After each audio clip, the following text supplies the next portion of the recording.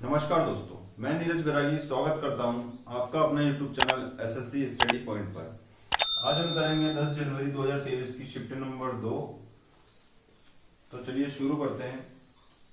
पहला प्रश्न है हमारा 7, 5 और 3 के चतुर्थानुपाती और 7 और 13 के तृतीयानुपाती के बीच में अनुपात क्या है। चलिए 7, 5 और 3 का चतुर्थानुपाती पूछा है। 7, 5 और 3 का तो क्या हो जाएगा, x हो जाएगा। बार बार का गुणा करेंगे और अंदर अंदर का गुणा करेंगे तो ये हो जाएगा 7 इंटू एक्स बराबर 5 या 15 हो जाएगा। और तो x का मान कितना आ गया 15/4 जो कि चतुर्थानुपाती है। ठीक है, अगली कंडीशन बोल रहा है कि 7 और 13 का तृतीयानुपाती, 7 और 13 का तृतीयानुपाती क्या होगा, x होगा। तो ये 7 के बटे में 13 बराबर 13 के बटे में x, तो x ऊपर आ जाएगा, ये 7 नीचे चला जाएगा बराबर से इधर, और 13 13 कितना हो जाएगा 169। ठीक है, अब प्रश्न कह रहा है इन दोनों का अनुपात, तो पहले इसको लेना है और फिर इसको लेना है और दोनों का अनुपात पूछा है। तो ये अनुपात हो जाएगा 15/4 और ये हो जाएगा 169/7। चलिए ये 4 नहीं है, यहाँ पे 7 है, ये देखिए 7 है तो 7 यहाँ पे 7 आएगा। ये 7 से 7 कट गया तो क्या आंसर हो गया हमारा 15:169। यही हमारा आंसर हो जाएगा। चलिए अगले प्रश्न पे चलते हैं। अगला प्रश्न है हमारा, किसी धनराशि पर 1.5 वर्ष के लिए 8% वार्षिक दर से चक्रवृद्धि ब्याज और साधारण ब्याज के बीच अंतर 228 रुपए है, जिसमें चक्रवृद्धि ब्याज जो अर्धवार्षिक रूप से संयोजित किया जाता है और साधारण ब्याज वार्षिक रूप से संयोजित किया जाता है। देखिए CI जो है वो अर्धवार्षिक हो रहा है, यानी इसमें क्या होगा, अर्धवार्षिक में क्या होगा, समय जो है वो दोगुना होगा और दर क्या होगी, दर जो है वो आधी हो जाएगी। ठीक है, तो 8% दे रखा है तो इसमें 4% हो जाएगी दर। ठीक है, क्योंकि दर आधी होगी इसके अंदर, तो दर क्या हो जाएगी, आधी हो जाएगी। तो 8% ना होके दर आधी हो गई। चलिए अब हम करेंगे यहाँ पे समय का दुगुना, यानी समय कितना दे रखा है 1.5 साल, तो समय कितना हो जाएगा 3 वर्ष हो जाएगा। तो हम देखेंगे प्रतिशत में हमें कितना 3 वर्ष है। चलिए यहाँ पे हम देख लेंगे कि टोटल कितना परसेंट ब्याज बन जाएगा प्रतिशत में चक्रवृद्धि ब्याज का। तो उसके लिए अपन क्या करेंगे, सूत्र लिखेंगे 3a, पॉइंट लगाएंगे 3a² और इंटू नहीं ये होगा 3a² और a³। ठीक है, अब यहाँ पे a का मतलब क्या है, a का मतलब दर है, तो ये हो जाएगा 4 चौक 16 चौक 64 और ये हो जाएगा 4 चौक 16 16 दिया 48, ये पॉइंट लगाएंगे और 3 चौक 12, तो ये हो गया दर। चक्रवृद्धि ब्याज 3 साल का इतना ब्याज ले लेगा। ठीक है, अब साधारण ब्याज की बात करते हैं अपन। साधारण ब्याज की बात करेंगे तो 1.5 साल है और यह वार्षिक रूप से होता है, वार्षिक रूप की कंडीशन दी है। तो 1 साल में 8%, 1.5 साल में कितना 12% लगेगा ब्याज। ठीक है, अब हम देखेंगे कि इन दोनों का अंतर कितना आ रहा है। परसेंट में अंतर देखेंगे तो अंतर आ रहा है 0.4864 और रुपए में बात करेंगे तो रुपए में प्रश्न में दे रखा है कि 228 रुपए का अंतर है। कितना है 228 रुपए का। तो चलिए ये परसेंटेज था, परसेंट लगा दिया मैंने। अब मैं क्या करूंगा, यहाँ से पॉइंट हटाऊंगा तो यहाँ पे 4 जीरो लग जाएंगे, 1 2 3 4। ठीक है, क्योंकि बटे में 4 जीरो लगेंगे और 4 जीरो उधर जाके ऊपर चले जाएंगे। चलिए अब इसको काटेंगे अपन, ये परसेंट है तो इसको पूरी संख्या को इधर बटे में ले आता हूं। ये 228 इंटू 10,000 ऐसा कैसे रहेगा, और बटे में आ गया 48 64 और ये हो गया 1%। अब अपन को चाहिए मूलधन, तो मूलधन होता है 100%, तो 100% बनाने के लिए इसको 100 से मल्टीप्लाई कर दूंगा, तो यहाँ पे भी मैं 100 से मल्टीप्लाई कर दूंगा। चलिए अब ये अपन देखेंगे, इसको काटेंगे 4 से काटेंगे, 4 5 20, 4 7 28, इसको काटेंगे 4 एकम 4 4 दूनी 8, 4 एकम 4 4 24। ठीक है, क्या 19 से कट रहा है क्या, 19 से काट के देखेंगे, 19 चंग 114 और कितना बचा 7, तो 19 चौक 76, ये जाएगा 19 दिया 19 दिया 57। चलिए इसको काट, इस जीरो को यहां से हटा के मैं यहाँ पे लगा देता हूं, ताकि अपन को 8 से काटेंगे। देखो 8 की 64 और 8 से जाएगा 125 बार, और ये जाएगा फिर 8 से 125 बार। ठीक है, चलिए अब ऑप्शन हमारे पास एक ही ऐसा है जिसमें इकाई का अंक 5 आ रहा है, और यहाँ पे भी हमको मल्टीप्लाई करने पर इकाई का अंक क्या मिलेगा। देखो यहाँ से कितना बच गया है, 3 इंटू 125 इंटू 125, तो 5 और 5 25 हो जाएगा, और 25 का फिर पीछे का 5 लेके इस 3 में मल्टीप्लाई करेंगे तो 5 दिया 15 हो जाएगा। तो पीछे जो इकाई का अंक आएगा वो 5 आएगा, और यही हमारा इकाई का अंक कितना आ रहा है, 5 आ रहा है। तो ऑप्शन में एक ही ऑप्शन ऐसा है जिसमें इकाई का अंक 5 आ रहा है, तो इसी प्रकार से 46,875 हमारा आंसर हो जाएगा। चलिए अगला प्रश्न करेंगे। इस तरीके के सवाल को इसी तरीके से किया जाएगा तो ही बेटर रहेगा, कहीं और सॉल्यूशन में उलझ गए तो हमारा समय खराब हो जाएगा। इसलिए हमको इसी तरीके से ये सूत्र बताया है मैंने 3 साल का। क्या करेंगे, परसेंट में ब्याज निकालने के लिए 3a इंटू 3a² और a³, ये कोई सा भी परसेंटेज होगा, मात्र 3 से 5 सेकंड में आप ब्याज निकाल लोगे, और अंतर वाले सवालों में हमेशा इसी तरीके से कीजिएगा। ठीक है, चलिए अगले प्रश्न पे चलते हैं। अगला प्रश्न है हमारा, एक बेलनाकार टंकी की क्षमता 5632 घन मीटर है। देखो बेलन का आयतन बता रखा है, क्योंकि इसने बोला है कि घन मीटर है, तो घन मीटर यानी ये क्यूब लग रहा है यहाँ पे घन की जगह। ठीक है, तो यहाँ पे आयतन शो हो रहा है, तो आयतन का सूत्र लगाएंगे। बेलन का आयतन होता है पाई r²h, जिसका मान दे रखा है हमको 5632, ये मान दे रखा है। अब हम क्या करेंगे, पाई की जगह तो 22/7 लिखेंगे, आर की जगह मान दे रखा है, क्या दे रखा है हमको, व्यास 16। तो व्यास जो है वो 16 है, तो त्रिज्या आधी होती है, तो व्यास कितना, त्रिज्या कितनी हो जाएगी, 8 हो जाएगी। तो 8 का 2 बार गुणा करेंगे क्योंकि स्क्वायर है, और गहराई यानी ऊंचाई, गहराई और ऊंचाई एक ही बात है, तो यहाँ ऊंचाई निकालेंगे अपन। ये 5632 ऐसा कैसा लिखेंगे। चलिए 8 से काट लेंगे इसको, 8 से काटेंगे 8 7 56, भागने जाने का 0, और 8 चौक 32, फिर 8 से काटेंगे 8 × 64, 8 × 64। ठीक है, फिर 22 से काटेंगे 22 चौक 88। अब यहाँ पे ये h है, वटे में 7 है, वो उधर जाके 4 से मल्टीप्लाई हो जाएगा, तो हमारी गहराई जो आ जाएगी वो कितनी आ जाएगी, 28 मीटर में है, तो मीटर लिखेंगे, 28 मीटर हमारा आंसर हो जाएगा। चलिए अगला प्रश्न करेंगे। अगला प्रश्न है हमारा, एक बस स्टेशन P से Q तक 70 किलोमीटर प्रति घंटे की गति से, और स्टेशन Q से P मतलब जा रही है और वहीं से वापस आ रही है, तो इसमें औसत गति क्या हो जाएगी, 2 × x × y बटे x + y, यानी कि 70 से गया इंटू 90 से आया, और गुणा कर देंगे 2 से, और बटे में इन दोनों को चालों को जोड़ देंगे, कितना हो जाएगा, 160 हो जाएगा। चलिए 0 से 0 कट गया, और 2 से 16 गया 8 बार। अब हम यहाँ से इसको नहीं काटेंगे, डायरेक्ट मल्टीप्लाई कर देंगे, क्योंकि 35 का गुणा 9 में करने में टाइम लगेगा, लेकिन 70 का गुणा 9 में करने में टाइम नहीं लगेगा। 7 में हो गया 63, और ये 0 ऐसा कैसे, और बटे 8। अब इसको काट सकते हैं अपन, 8 से काटेंगे 8 × 7 = 56, 7 बचा, 8 × 64 हो जाएगा, 6 बचा, फिर 8 × 7 = 56, 4 बचा, 8 × 5 = 40, ये हो जाएगा हमारा आंसर। ठीक है, यही हमारी औसत चाल आ जाएगी, और किलोमीटर प्रति घंटा दे रखा है, तो किलोमीटर प्रति घंटा लिखेंगे। चलिए अगले प्रश्न पे चलते हैं। अगला प्रश्न है हमारा, जॉन ने एक बैंक में 10% वार्षिक चक्रवृद्धि ब्याज की दर से कुछ धनराशि उधार ली, जिसमें ब्याज वार्षिक रूप से संयोजित होता है।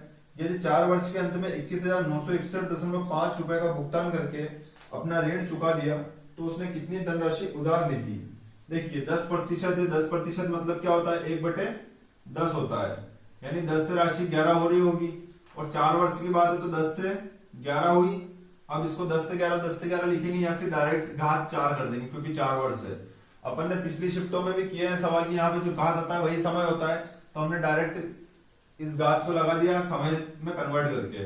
तो 10 की घात 4 कितना हो जाएगा, ये हो जाएगा 10,000, और 11 की घात 11 × 11 × 11 × 11 करेंगे तो हमारे पास आएगा 14,641। ठीक है, अब हम इसको लिखेंगे मूलधन, ये होता है हमारा मूलधन, और ये होता है हमारा मिश्रधन। ठीक है, लेकिन प्रश्न में मिश्रधन दे रखा है 21,961.5। ठीक है, और प्रश्न अपने हिसाब से मिश्रधन कितना है, 14,641 है, और हमको निकालनी है धनराशि। धनराशि क्या है हमारी 10,000 है, तो ये 10,000 हो गया। चलिए ये पॉइंट हटाया, बटे में 0 लग गया। अब हम क्या करेंगे, काट लेंगे इसको। चलिए इसको काटते हैं अपन, ये 0 से 0 कट गया, ठीक है। चलिए 0 से 0 नहीं काटते हैं, यहां से इस संख्या को ही काटते हैं ताकि ये संख्या छोटी हो जाए। तो इस 10,000 को ऐसे कैसे रखा, इसको काटेंगे 5 चौक 20, 1 बचा 5 तिया 15 हो गया, 4 बचा 5 नीम 45, 1 बचा 5 दूनी 10 और 5 तिया 15, ठीक है। इसको काट लेंगे, 5 दूनी 10, 5 दूनी 10 हो गया, 5 नीम 45 हो गया, फिर 5 दूनी 10 हो गया, फिर 5 8 40 हो गया, और ये 5 दूनी 10 हो गया। चलिए ऐसा करते हैं, कुछ बड़ी संख्या आती है, यहां से 5 से काटा है ना अपन ने, तो इसको वापस से 5 से गुणा कर देते हैं, ठीक है। क्योंकि कैलकुलेशन है तो अपन को थोड़ा सा दिमाग लगा के ही कैलकुलेशन करना पड़ेगा। यहाँ पे मैंने 5 का भाग देके इसको काटा है, तो मैंने वापस 5 से गुणा कर दिया ताकि वही संख्या बन जाए, और मैंने इसको नहीं काटा, ये 0 से यहाँ 0 काट दिया बस, ठीक है। तो ये 14,641 का 3 गुना मुझे लग रहा है, क्योंकि 14 तिया 42 होता है और 1 तिया 3 होता है। तो ये डायरेक्ट आप जब काटोगे तो ये 3 बार में पूरी पूरी संख्या कट जाएगी, ठीक है। तो चलिए 14,641 से कम 14,641 हो गया, और डायरेक्ट इसको 3 बार में काट दिया। अब यहाँ पे 1,000 बचा और ये 5 तिया 15 हो गया, तो ये 15 और ये 3 जीरो ऐसे कैसी, तो हमारा मूलधन आ गया 15,000 रुपए। यही हमारा आंसर हो जाएगा। और इस तरीके से अपन प्रैक्टिस करेंगे तो ही हमें पता चलेगा कि किस तरीके से कैलकुलेशन करनी है। एसएससी जीडी के एग्जाम में सिर्फ कैलकुलेशन का खेल रहता है। आप जितना ज्यादा सवालों को प्रैक्टिस करेंगे उतना ही ज्यादा आपका माइंड डेवलप होगा, और किस तरीके से कहाँ किस पहाड़े से प्रश्न को हल करना है वो आपको पता चल जाएगा। चलिए अगला प्रश्न करेंगे। कपड़ों की एक दुकान में शर्ट पर 30% की छूट की घोषणा की गई। विवान छूट में 810 रुपए बचाना चाहता था। ऐसा करने के लिए उसे कितनी शर्ट खरीदनी चाहिए यदि प्रत्येक शर्ट का अंकित मूल्य 540 रुपए है। देखो उसको बचाने हैं 810 रुपए, और एक शर्ट का अंकित मूल्य 510 है और 30% की छूट मिल रही है। तो हम देखते हैं कि रुपए में कितनी छूट मिल रही है। ये 2 जीरो से 2 जीरो कट गया, 51 तिया कितना हो जाएगा, चलिए सॉरी ये 540 है। इसको देखेंगे 3 चौक 12, हंसी लगी है, 3 5 15 और 1 16, मतलब एक शर्ट पे 162 रुपए बचा रहा है। बचाना कितना है, उसको 810 रुपए बचाना चाहता है। तो हम देखेंगे कि 162 रुपए एक शर्ट की कीमत है, तो ऐसी कितनी शर्ट खरीदी तो हमें नहीं पता, इसलिए एक्स शर्ट खरीदी। 162 रुपए की एक्स शर्ट खरीदी, मतलब एक शर्ट पे 162 है, तो कितनी खरीदे कि टोटल बचत कितनी हो जाए उसकी 810 की। ये 162 से डायरेक्ट जा रहा है, चलिए ये देख लेंगे। हाँ 105 बार में डायरेक्ट जा रहा है ये, तो एक्स का मान आ गया 5, यानी उसको 5 शर्ट खरीदनी पड़ेगी, और यही हमारा आंसर हो जाएगा। चलिए अगले प्रश्न पे चलेंगे। अगला प्रश्न है हमारा, 120 मीटर लंबी ट्रेन 60 किलोमीटर प्रति घंटे से चलते हुए एक पुल को 18 सेकंड में पार करती है, तो पुल की लंबाई क्या है। देखिए सबसे पहले चाल देखेंगे, क्योंकि चाल बराबर होता है दूरी बटे समय। तो ये चाल जो है किलोमीटर प्रति घंटा में है, लेकिन ऑप्शन में मीटर में आंसर पूछा है, तो इसको मीटर प्रति सेकंड में चेंज करने के लिए 5/18 से मैं मल्टीप्लाई करूंगा, तो ये चाल हो गई मीटर प्रति सेकंड में। चाल बराबर होता है दूरी, तो दूरी में अपने पास ट्रेन की लंबाई है 120, लेकिन पुल का पूछा है तो इस दूरी में पुल की लंबाई को x मान लेंगे। ट्रेन की लंबाई प्लस पुल की लंबाई, ये दूरी हो गई टोटल, और बटे में समय लग रहा है 18 सेकंड में पार कर रही है। चलिए ये 18 से 18 कैंसिल हो गया, और 6 5 कितना हो गया 300 हो गया, उधर से 120 इधर आ गया, तो ये माइनस का 120 हो गया, और बराबर में ये पुल की लंबाई जो कि x हमने मानी थी, ये बराबर में इधर लिख देंगे। चलिए 300 में से 120 गया तो कितना बचा, 180 मीटर बच गया, जो कि हमारी पुल की लंबाई निकल के आ गई, और यही हमारा आंसर हो गया। चलिए अगले प्रश्न पे चलेंगे। अगला प्रश्न है हमारा कि बीमारी के कारण एक व्यक्ति का वजन एक महीने में 80 किलोग्राम से घटकर 64 किलोग्राम हो गया। देखिए वजन कितना था 80 किलोग्राम, लेकिन हो कितना गया 64 हो गया। काट लेंगे इसको, रेशो बना लेंगे, 8 एकम 8 और ये 0, और ये हो जाएगा 8 × 64। चलिए और ज्यादा काटने की जरूरत नहीं है, 10 से 8 हो गया, मतलब कितना कम हो गया 2 कम हो गया, कितने से 10 से, इंटू करेंगे 100 का। चलिए प्रतिशत पूछा है इसलिए इंटू 100 का और प्रतिशत लगा दिया, 0 से 0 कट गया तो 2 दही 20 हो गया, तो 20% की क्या हो गई, उसकी वजन में कमी हो गई। चलिए अगला प्रश्न करेंगे। अगला प्रश्न है हमारा एक व्यापारी अपने वस्तुओं पर क्रय मूल्य से 15% अधिक अंकित करता है।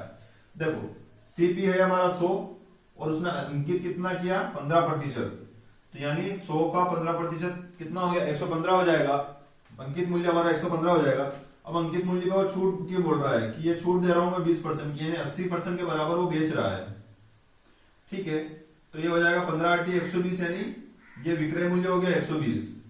कितने में बेच रहा है वो 120 रुपए में बेच रहा है। 100 की चीज को 120 में बेच रहा है, यानी 20% का लाभ कमा रहा है वो, और यही हमारा आंसर हो जाएगा। चलिए कहीं ना कहीं मिस्टेक हुई है प्रश्न में, फिर उस पर 20% की छूट देता है, तो अरे सॉरी 150 लिख दिया मैंने, 150 लिख दिया यहाँ पे। 115 है और 20% की छूट यानी 80/100। चलिए इसको काटेंगे 20 चौक 20 पंजे, 5 से काटेंगे 23 बार में जाएगा, और 23 चौक कितना हो गया 92, यानी 92 रुपए में बेच रहा है। 100 की चीज को 92 में बेच रहा है, मतलब 8% की यहाँ पे हानि हो रही है। किस पे हो रही है 100 पे, इंटू 100%। ये कट गया तो 8% की क्या हो जाएगी हानि हो जाएगी। ठीक है, ये हमारा आंसर हो जाएगा। मैंने देखा नहीं 115 को 150 समझ लिया।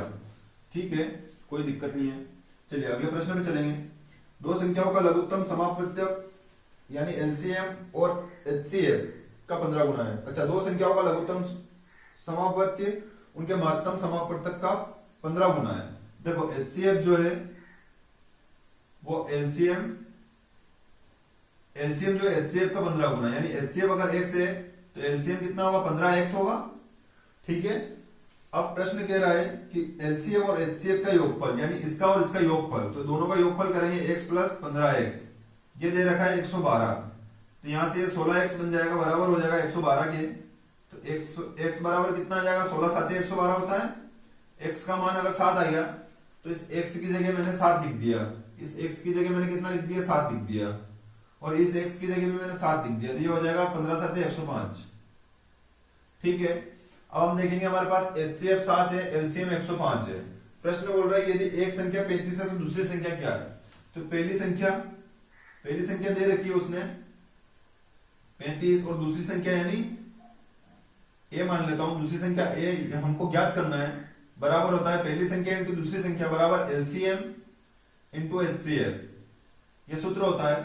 चलिए काटेंगे इसको, 35 दिया 105 हो जाएगा, और 7 दिया 21, यानी दूसरी संख्या क्या आ गई हमारी 21, और यही हमारा आंसर हो जाएगा। चलिए अगले प्रश्न पे चलेंगे। अगला प्रश्न है हमारा A/B बराबर 5:6 है। A/B ये बराबर है 5:6 के, और BC है, B/C है 6:7 के। चलिए 5, या तो जगह भर लेते हैं ऐसे, 6 के आगे 6 और 6 के आगे 6 लिख देंगे, या फिर अपन ऐसे उल्टा एन बना के भी गुणा कर सकते हैं। तो चलिए जगह भर के करते हैं। 5 छन कितना हो गया 30 हो गया, 6 6 36 हो गया, और 7 छन कितना हो गया 42 हो गया। ठीक है, अब प्रश्न पूछ रहा है, चलिए और कट रहा है, ये कट रहा है 6 7 42, सॉरी 6 5 30, 6 6 36 और 6 7 42, तो ए बी सी का अनुपात ये आ गया हमारे पास। अब प्रश्न कह रहा है A+B, तो A+B कितना हो गया 11, अनुपात B+C कितना हो गया 6 और 7 13, अनुपात C+A का मान, तो C और A कितना हो गया 12, तो ये हमारा आंसर हो जाएगा। जैसा कि प्रश्न में पूछा है यही हमारा आंसर हो जाएगा 11:13:12। चलिए अगले प्रश्न पे चलेंगे। अगला प्रश्न है हमारा A और B अलग अलग कार्य करके 10 दिन और 15 दिन में कार्य को पूरा कर सकते हैं। A अकेले 3 दिन कार्य करता है, फिर कार्य छोड़ देता है, शेष कार्य को कितने दिन में पूरा करेगा A की बात हुई है कि A शेष कार्य को कितने दिन में। हम सबसे पहले देखेंगे कार्य है कितना और उनकी एफिशिएंसी कितनी है। ठीक है, तो हम देखेंगे ये A और ये B हो गया, ये 10 दिन में कर रहा है और ये 15 दिन में कर रहा है। अब हम देखेंगे दोनों का एफिशिएंसी और टोटल वर्क कितना हो जाएगा हमारे पास 30 हो जाएगा, और इनकी एफिशिएंसी आएगी 10 दिया 30 और 15 दूनी 30।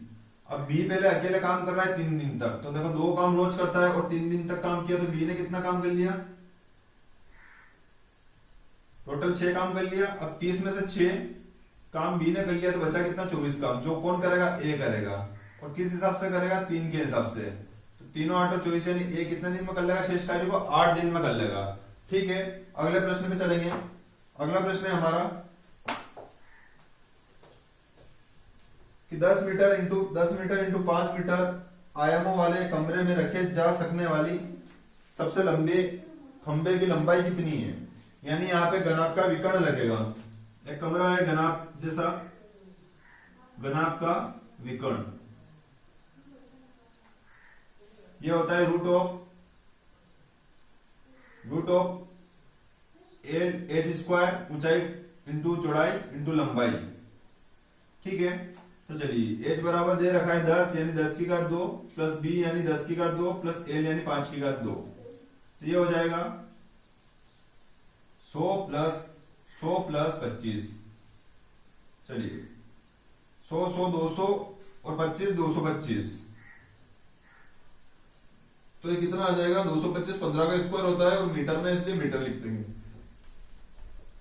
चलिए 15 मीटर हमारा आंसर हो जाएगा। अगले प्रश्न में चलेंगे।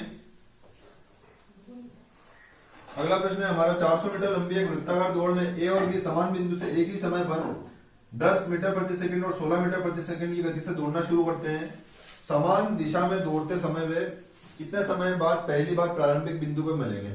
चलिए ये ए है जो कि 10 मीटर प्रति सेकंड से दौड़ रहा है और ये बी है जो कि 16 मीटर प्रति सेकंड से दौड़ रहा है। ठीक है, तो इसको 400 दौड़ने में कितना समय लगेगा। 400 मीटर में ये दौड़ रहा है, दूरी बटे चाल करने का समय आ जाएगा, तो इसको लगेंगे 40 सेकंड ये दूरी करने में, और इसको लगेंगे 400 मीटर में कितना टाइम लगेगा। टाइम लिख दूंगा यहाँ पे, कितना टाइम लगेगा 16 दूनी 32 और 16 पंजे 80 ये हो जाएगा। चलिए चलिए अब देखेंगे कितने समय बाद मिलेंगे, तो अपन इन दोनों का एलसीएम ले लेंगे। एलसीएम हो जाएगा 16 और 25 और 40 का एलसीएम क्या हो जाएगा 25। एक सेकेंड,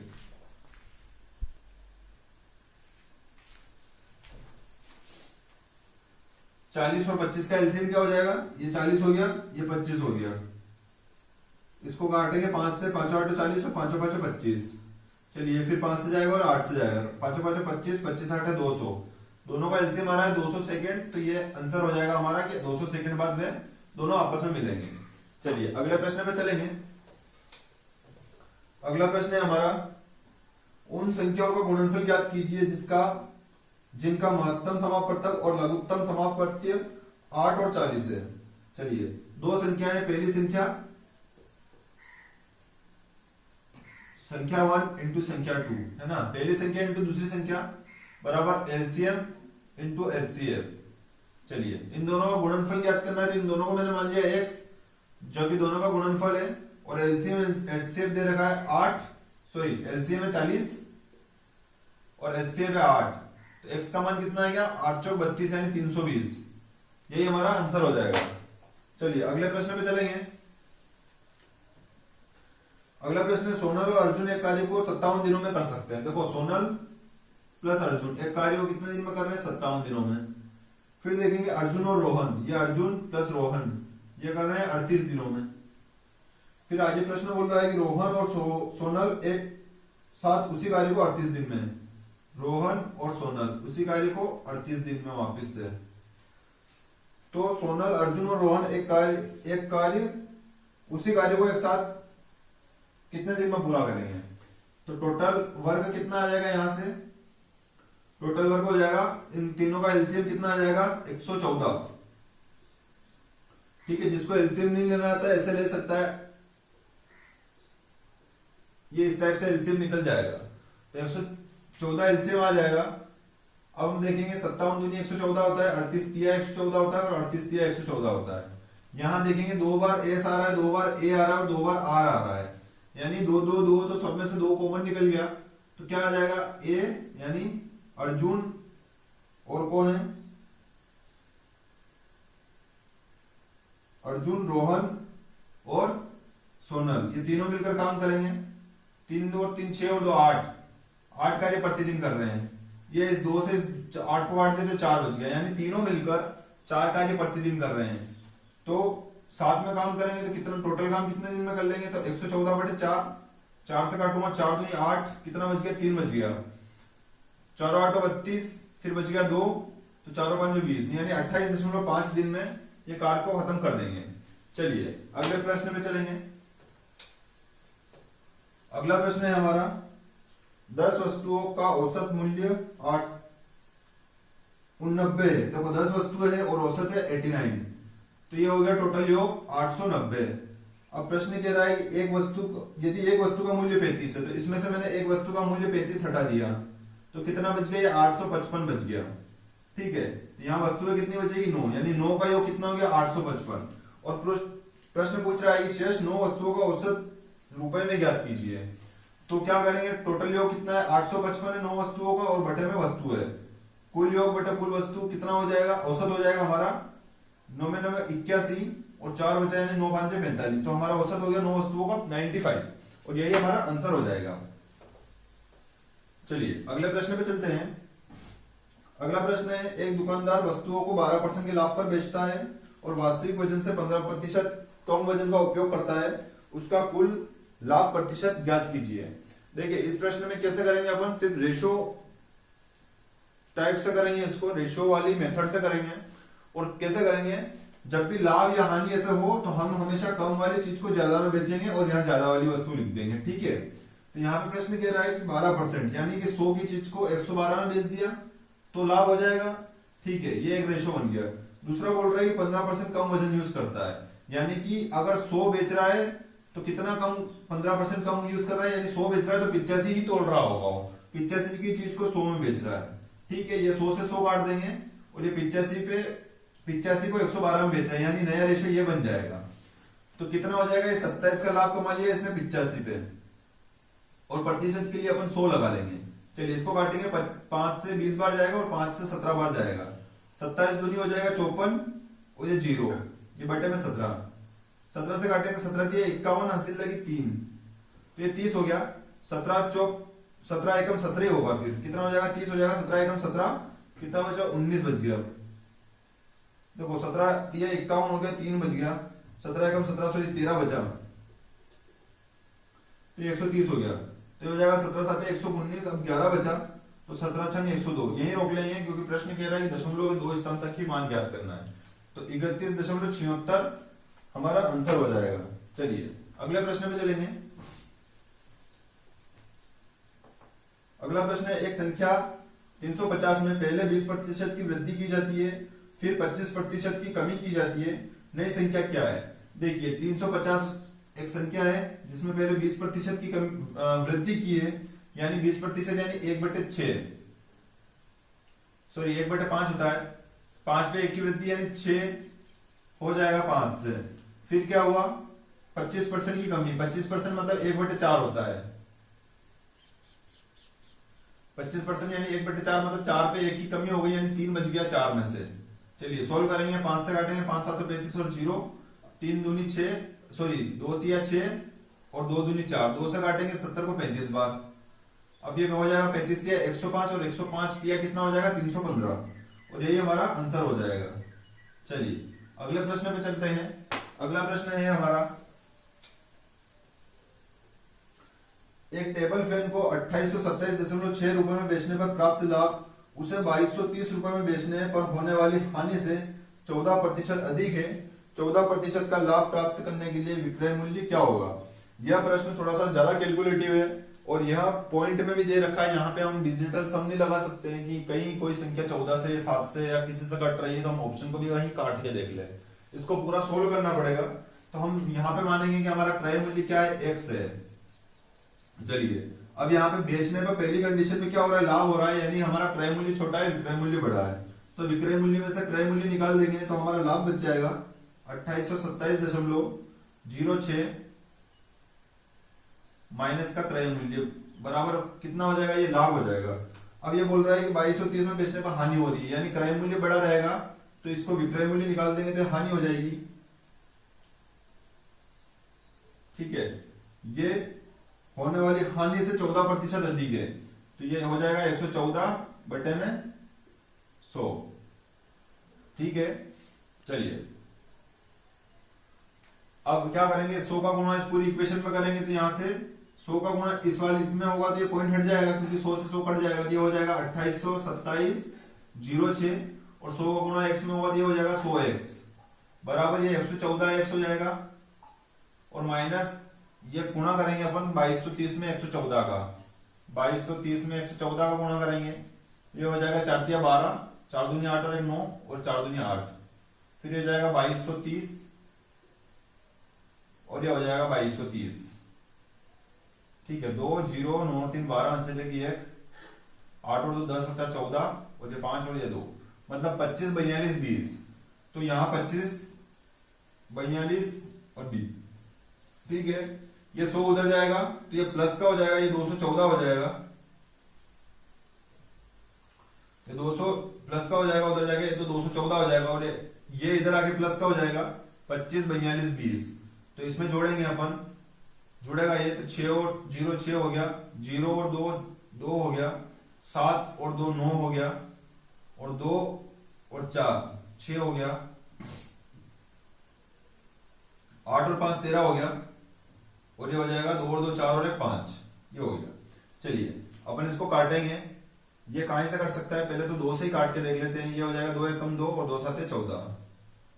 चलिए इसको काटते हैं, 2 दूनी 4, 2 छंग 12, 2 8 16, 2 चौक 8, 2 छंग 12 और 2 तिया 6। चलिए ये जो है संख्या 107 एक अभाज्य संख्या जिसे टाइप लग रही है वैसे अभाज्य ही हो सकती है, तो डायरेक्ट इसको 107 से भी काट के अपन देख सकते हैं। तो चलिए 107 से काटते हैं, कट जाएगा क्या, 107 दूनी 268, 268, 107 दूनी 214 हो गया, ये हो गया 6 बच गया, 8 में से 4 गया तो 4 बच गया, 6 में से 1 गया तो 5 बच गया, 54 बचा, फिर मैंने 4 उठा लिया, तो ये हो जाएगा 7 5 35, तो ये 535, ये हो गया 9। चलिए यहां से 9 बच रहा है, फिर उठाया 6 जो कि भाग नहीं जाने का 0 लगेगा, और ये हो गया 3। चलिए ये पूरा पूरा कटेगा 107 से, अपन इसको काटेंगे 107 से ही, 107 से जाएगा ये 107 दूनी 214, कितना बचेगा 54 बचेगा, 4 ले लेंगे तो 544 हो जाएगा, 107 में 535 हो जाएगा, तो यहाँ से 9 बचेगा, कितनी बार गया था ये 5 बार गया था। चलिए तो यहाँ से 9 बचा, फिर 6 उतारा, भाग नहीं जा रहा है तो 0 लगाया, और ये गया 107 ने 963, 2509 x का मान आ गया, जो कि हमारा क्रय मूल्य निकल के आ गया। अब प्रश्न कह रहा है कि 14% का लाभ प्राप्त करने के लिए विक्रय मूल्य क्या होगा, तो 2509 इंटू 114/100 यह हो जाएगा। चलिए अब हम देखेंगे कि कौन सा ऑप्शन, देखिए कोई भी कुछ भी आंसर आएगा, 2 0 लग रहे हैं तो 2 पॉइंट के बाद 2 पॉइंट के बाद 2 संख्या रहेगी, और यहाँ पे इकाई अंक देखूंगा 9 चौक 36 यानी पीछे तो 6 आएगा, तो ऐसा कौन सा ऑप्शन है जिसमें पीछे 6 आ रहा है, तो एक ही ऑप्शन ऐसा जिसमें पीछे 6 आ रहा है और 2 पॉइंट के बाद 2 संख्या भी है, तो हमारा ऑप्शन हो जाएगा 2860। ये अपन सोल्व करेंगे तो ये आ जाएगा 2860.26, और यही हमारा आंसर हो जाएगा। अगर एग्जाम में इस तरीके का ऑप्शन मिल जाए तो यहाँ सोल्व करके होशियारी नहीं दिखानी है, डायरेक्टली आंसर लगा लेना है, क्योंकि समय कम रहता है। ठीक है, और अगर डबल हो तो फिर इसको कैलकुलेशन करेंगे, लेकिन एसएससी जीडी में ऐसा क्वेश्चन नहीं आएगा कि बहुत ज्यादा कैलकुलेटिव हो, बहुत ज्यादा कठिन हो। अगर ऐसा दिख रहा है कि वो प्रश्न बहुत ज्यादा कठिन है तो कहीं ना कहीं उसकी ऐसी शॉर्ट ट्रिक होगी, वो मात्र 2 से 3 सेकंड में सोल्व हो जाएगा। चलिए अगला प्रश्न खत्म हो गए, आज की शिफ्ट के हमारे सारे प्रश्न खत्म हो गए, आगे वापस से नई शिफ्ट करवाऊंगा। चलिए थैंक यू।